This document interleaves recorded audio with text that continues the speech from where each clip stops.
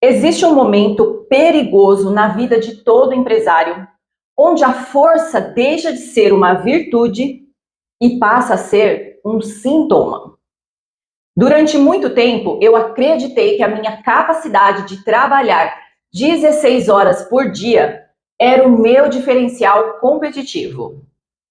Enquanto os outros cansavam, eu seguia. Enquanto os outros pediam ajuda, eu assumia mais uma tarefa. Eu olhava para minha exaustão e chamava de resiliência, achando que isso era parte do processo de construir um legado. Mas, na verdade, o nome disso é sobrevivência. A maior mentira que contam para nós é aquela velha frase: quem quer, faz, e quem não quer, dá desculpa. Eu usei essa expressão como um chicote nas minhas costas por muito tempo. O que eu chamava de comprometimento inabalável era tecnicamente uma incapacidade patológica de descansar e delegar. Hoje, olhando com distância, eu entendo. O que me movia não era ambição estratégica, era um cérebro treinado para acreditar que o meu valor pessoal dependia da minha produção constante. Empresários raramente quebram porque são fracos. Eles quebram porque aprenderam cedo demais a suportar tudo e tarde demais a escutar os seus próprios limites. Nesse vídeo, eu vou falar sobre o vício mais socialmente aplaudido do mundo moderno: a produtividade como anestesia emocional. E se você quer entender profundamente se também está trabalhando no automático, já deixa o seu joinha e fica comigo até o final. Existe uma transição silenciosa que acontece na cabeça de muitos líderes. O trabalho deixa de ser uma expressão da sua competência, o que eu faço, e passa a ser critério do seu valor, quem eu sou. Quando isso acontece, o descanso deixa de ser algo neutro e passa a ser interpretado pelo seu cérebro como risco. Risco de parecer fraco, risco de perder espaço, risco de não ser mais necessário. A identidade passa a se apoiar na utilidade constante. E tudo o que não gera resultado mensurável começa a ser desvalorizado, inclusive as necessidades do próprio corpo. Mas isso não começa na empresa. Começa anos lá atrás, talvez lá na nossa infância, com frases que parecem inofensivas, mas são verdadeiras programações neurais. Quem nunca escutou "Deus ajuda quem cedo madruga" ou "o trabalho duro vence o talento"? E a clássica "cabeça vazia é oficina do diabo"? Essas frases ensinam o cérebro uma equação perigosa. Descanso é igual a risco. Esforço extremo é igual a virtude. E exaustão é igual a identidade. Do ponto de vista da neurociência, o cérebro aprende por repetição emocional. Se você for elogiado apenas quando tirou aquela nota 10, por exemplo, ou quando ganhou uma medalha ou um troféu, o resultado acompanhado de validação virou uma fonte de dopamina. E o descanso? O descanso virou gatilho de ansiedade. Você não se pergunta mais quem você é. Você se mede pelo quanto você entrega. Se o trabalho vai bem, você se sente validado. Mas se desacelera, surge a culpa. A culpa não nasce do descanso em si. Ela nasce da crença de que se você parar, algo desmorona. Empresas, equipes, famílias, expectativas ou a imagem de força que você construiu. E nesse ponto, descansar não é recuperação, é transgressão. O corpo pede pausa, mas a mente responde com cobrança. E o descanso, quando acontece, é contaminado por pensamentos de pendência, atraso e insuficiência. E essa lógica cria um paradoxo cruel. Quanto mais exausto o líder está, menos ele se permite parar, porque acredita que só está de pé graças a seu esforço contínuo. Eu quero compartilhar uma cena banal com vocês, mas que revelou o tamanho do meu problema. Era uma noite comum. Eu e o meu esposo sentamos no sofá para ver um filme. Assim que colocamos o play, eu levantei para ir ao banheiro. Voltei e iniciamos de novo. Minutos depois, eu levantei para apagar uma luz que estava me incomodando. Voltei novamente. E 10 minutos depois, eu levantei de novo para dar comida para a cachorra. Em menos de 1 hora, eu tinha levantado 5 vezes. Em um determinado momento, meu marido começou a rir e não era de deboche, era de constatação. Ele me disse: Ana, você percebe que não consegue ficar 1 hora parada assistindo um filme? Ele não estava me julgando, ele estava me observando. E o mais curioso é que ele estava contando, porque isso era habitual, era o meu mecanismo automático. Eu ri sem graça, mas aquilo me ligou um alerta. Não era necessidade de fazer, era incapacidade de estar. Quantas vezes dizemos que não conseguimos descansar porque sempre há algo para fazer? Limpar a casa, organizar um armário, passar roupa, ir ao mercado, resolver pendências. E quantas dessas tarefas surgem exatamente nos raros momentos em que poderíamos parar? A pergunta incômoda não é se existe coisas para fazer. Sempre existe. A pergunta real é outra. Essa necessidade constante de produtividade é uma exigência da realidade ou um vício neurológico de utilidade? O meu corpo não estava inquieto, ele estava condicionado.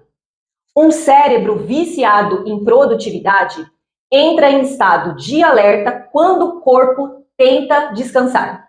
O ócio é percebido como ameaça à sobrevivência. Então, o sistema nervoso busca movimento automaticamente. Qualquer movimento. Levantar, arrumar, checar e-mails, resolver problema. Não para produzir, mas para silenciar a ansiedade de não estar sendo útil. Eu descobri ali que eu não estava cansada de trabalhar. Eu estava cansada de nunca poder parar sem me sentir em dívida comigo mesma. E por trás dessa produtividade compulsiva, existe um medo que quase ninguém admite: o medo da irrelevância. A força e a alta performance viram uma identidade defensiva. Você pensa: se eu aguentar mais um pouco, eu me mantenho necessário. Se eu entregar mais, ninguém me substitui. Se eu produzir mais, eu não perco espaço.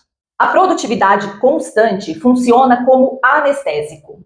Ela reduz a ansiedade no curto prazo, mas cobra um preço alto no longo prazo. Quanto mais a mente se mantém ocupada, menos ela precisa sentir. E quanto menos ela sente, menos percebe que tem algo desalinhado. Aqui entra um ponto-chave de alguém que não quer perder a relevância: a incapacidade de conseguir delegar. Porque delegar é abrir espaço para outra pessoa e perder espaço de si mesmo.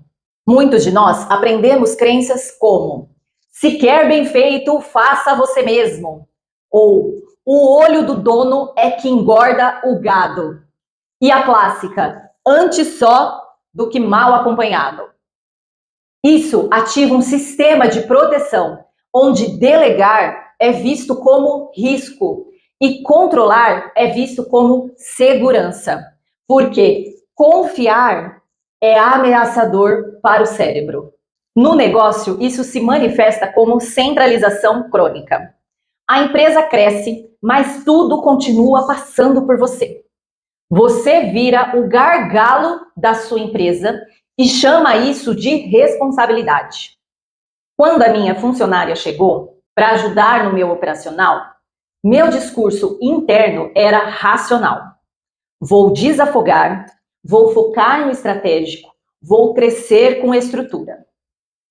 Na prática, eu pagava para alguém estar ali e continuava fazendo quase tudo sozinha. Delegar, para mim, além de uma questão de confiança no outro, existia uma questão de intolerância ao tempo do outro. Eu pedia uma tarefa e se a resposta não vinha no ritmo que eu considerava ideal, eu mesma fazia. Se a execução vinha diferente da minha, eu refazia. Se surgia uma dúvida, eu resolvia sozinha para ganhar tempo. O paradoxo é claro. Eu dizia que precisava de ajuda, mas não suportava o tempo necessário para formar essa ajuda. Na minha cabeça existiam tarefas simples demais para precisar explicar e tarefas complexas demais para confiar e delegar. O resultado? Eu continuava sobrecarregada, frustrada e repetindo a frase clássica: funcionário é tudo igual, ninguém sabe fazer nada direito. Ao analisar com distância, é possível ver o erro estrutural. Cobrar desempenho sem ter criado processo. Delegar não é abdicar. Delegar é transferir critério com metodologia.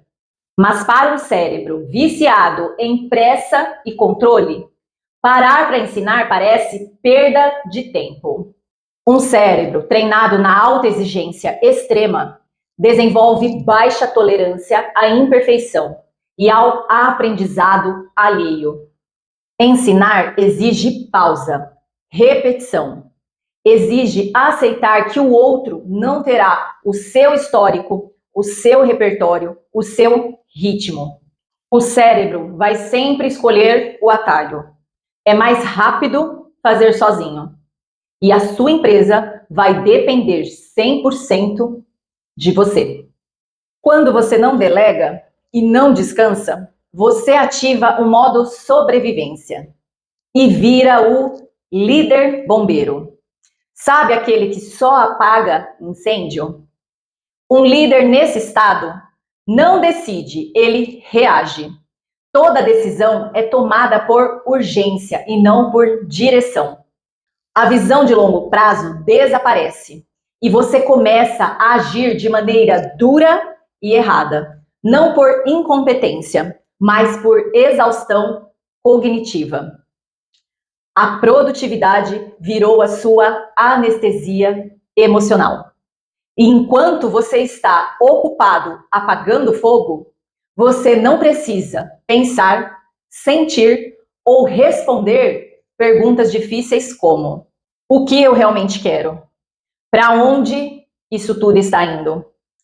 Quem eu sou por trás desses papéis? Qual é o meu propósito verdadeiro?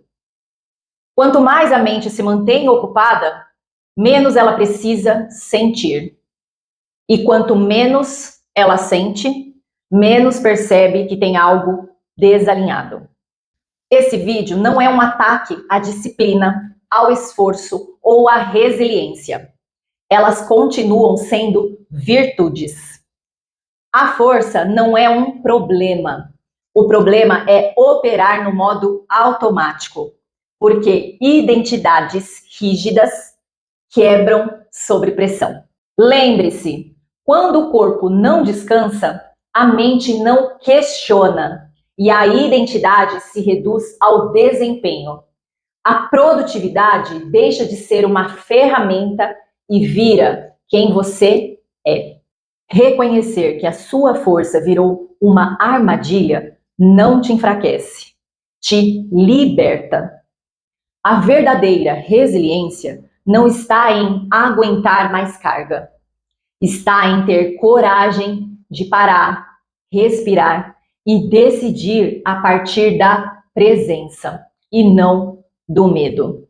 Meu nome é Ana Paula Soga, eu sou empresária e se esse conteúdo fez sentido para você, já se inscreve aqui no canal. Me conta aqui nos comentários, você é o líder estratégico ou o bombeiro da sua própria vida? Até o próximo vídeo.